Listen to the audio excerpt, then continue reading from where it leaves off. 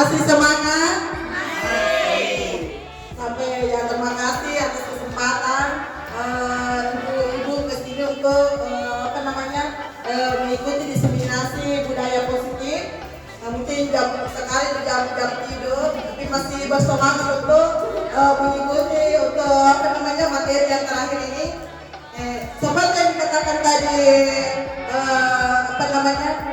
Pak itu adalah intinya ini adalah yang 5 posisi kontrol dari materi untuk kita hari ini. Baiklah, kita masuk di 5 posisi kontrol restitusi. Dalam restitusi itu ibu-ibu ada macam-macam posisi kontrol ke orang guru. Yang pertama, apakah kita sebagai penghukum?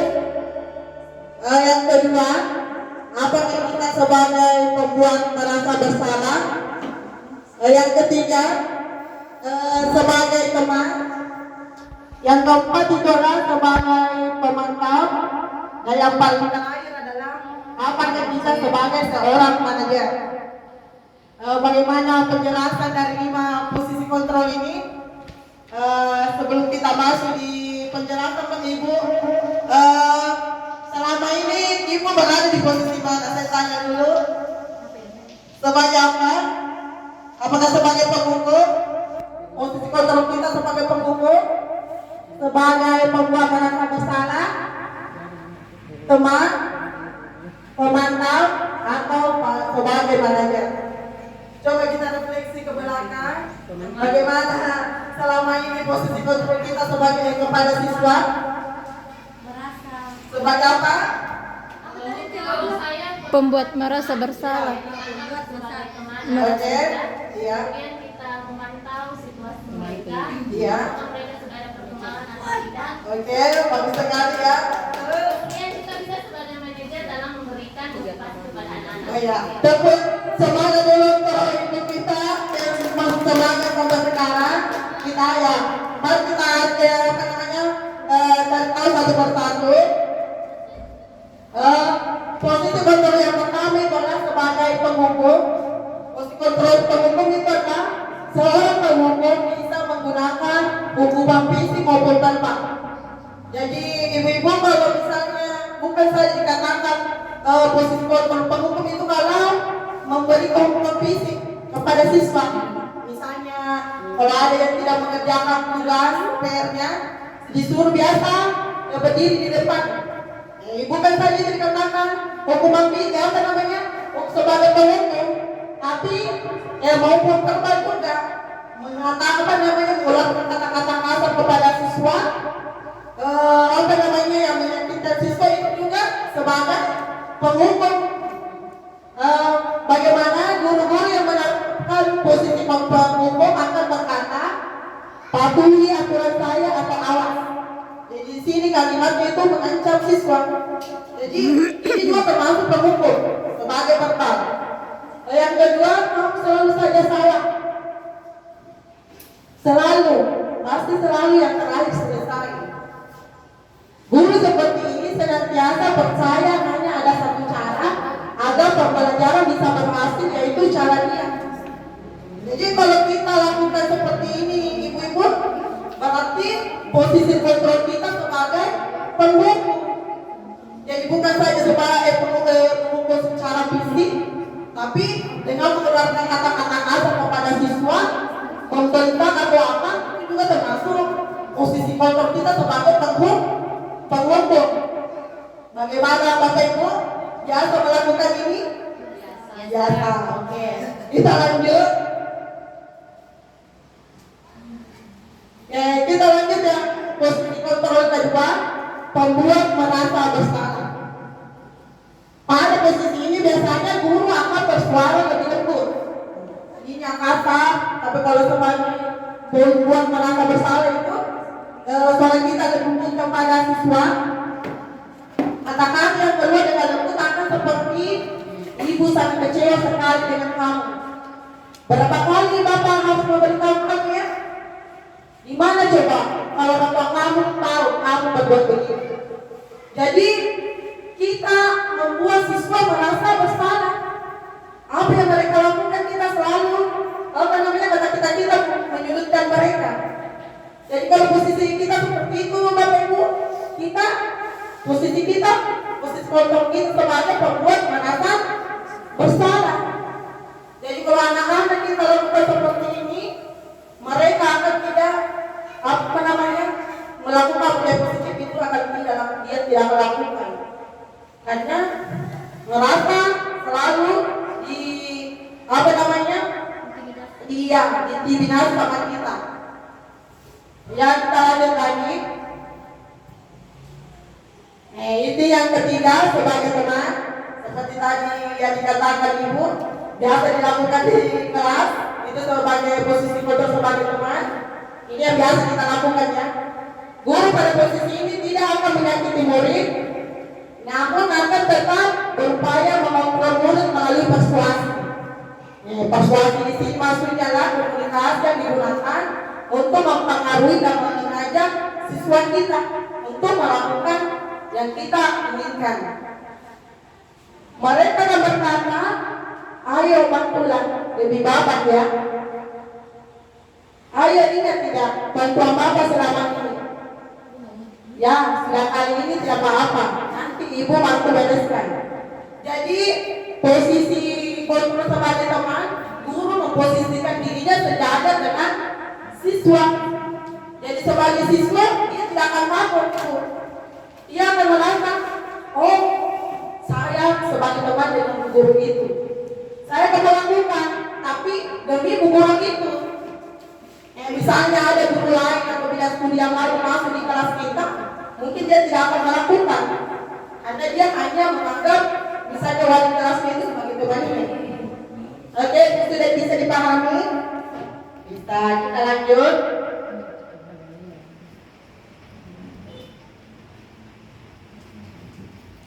Posisi kontrol yang keempat ini adalah sebagai pemantau. Memantau berarti mengawasi. Pada saat kita mengawasi, kita bertanggung jawab atas perilaku orang-orang yang kita awasi.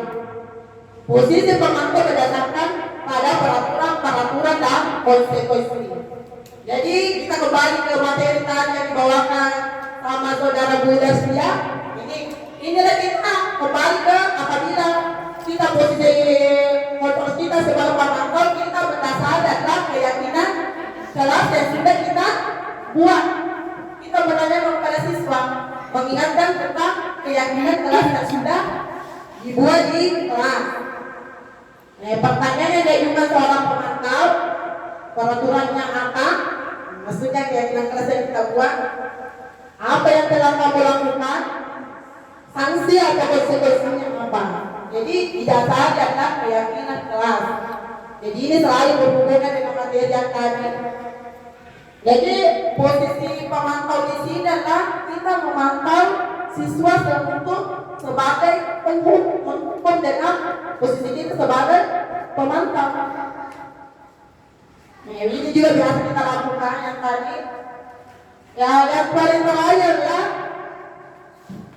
sebagai manajer, di mana posisi guru berbuat sesuatu bersama dengan murid, mempersilahkan murid mempertanggungjawabkan perilakunya, mendukung murid agar dapat menemukan solusi atas permasalahannya sendiri.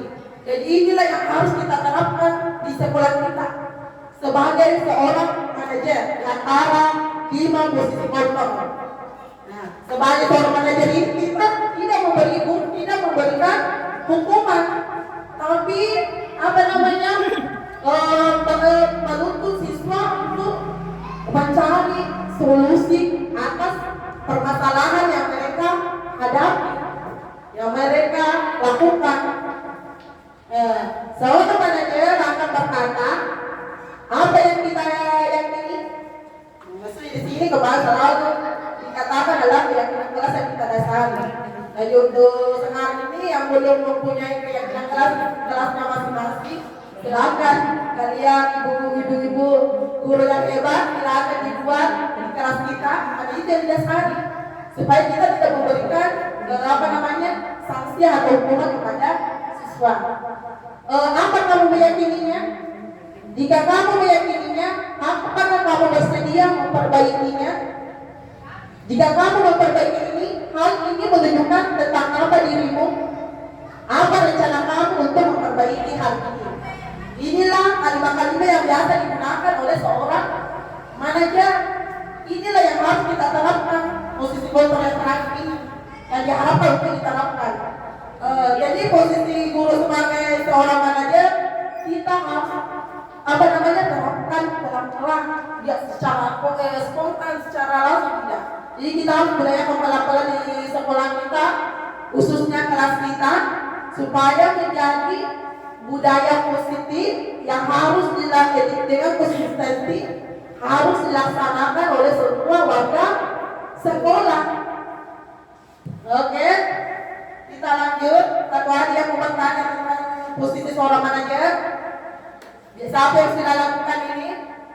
Tidak, kalau ditekan dari sisi seorang manajer itu tidak memberikan hukuman, tidak memberikan konsekuensi, cuma menuntut siswa untuk menyelesaikan, mencari solusi atas permasalahan yang mereka hadapi atau yang dilakukan. Nah, yang terakhir kita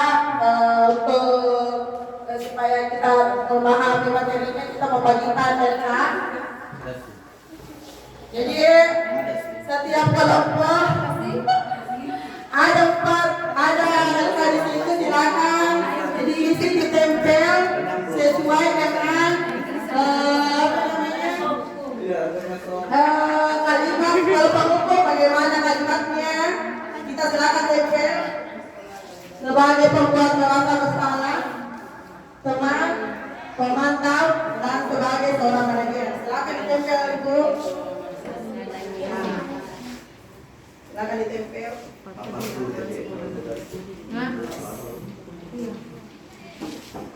Ya, ditempel ya sesuai dengan kalimatnya, apakah dia termasuk posisi kontrol pengukur, membuat merasa bersalah, dan seterusnya.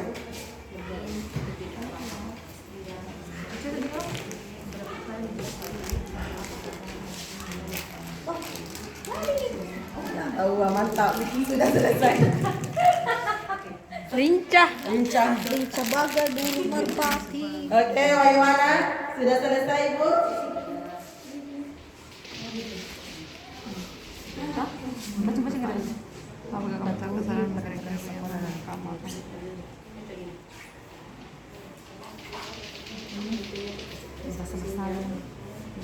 Jadi silakan ditempel. Nanti kalau sudah selesai silakan ditempel di kertas pleno. Udah? Oke. Bisa kapan dia?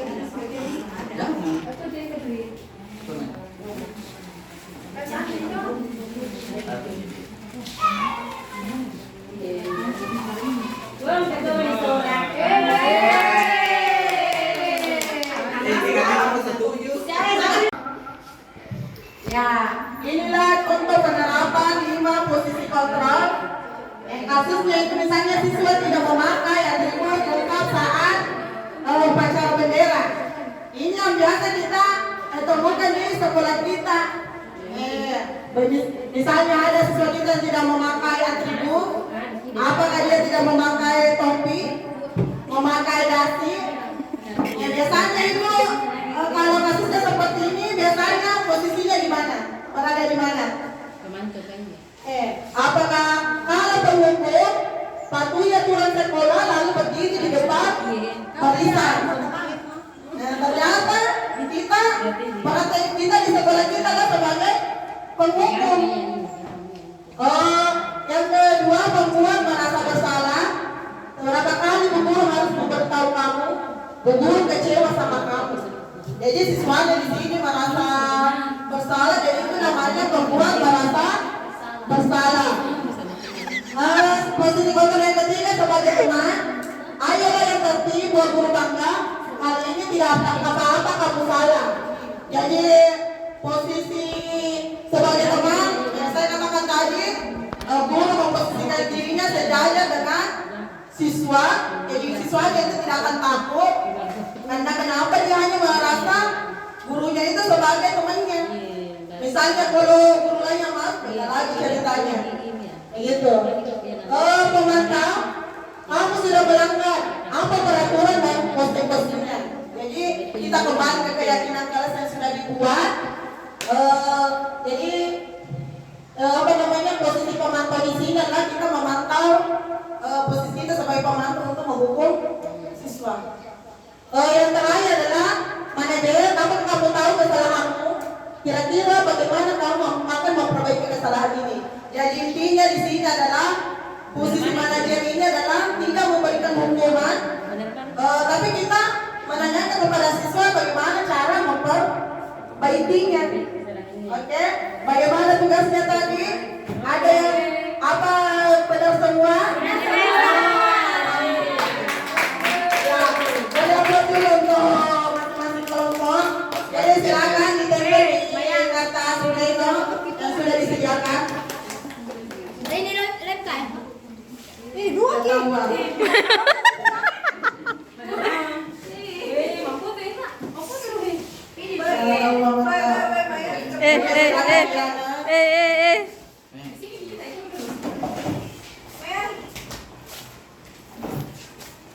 Silakan ditempel. Bayar semua coy. Oh, kasih masuk Kak juga. Apapun makannya orang minum. Silakan nih. Oke, ditempel Mi. Sudah Diana. Oke, silakan ditempel. Tangkap ini ya Pak, mana-mana di. Iya. Mana-mana. Sudah semua berarti mulai dari materi pertama sampai terakhir itu sudah dipahami. Ya, oke. Makan isaura. Oke.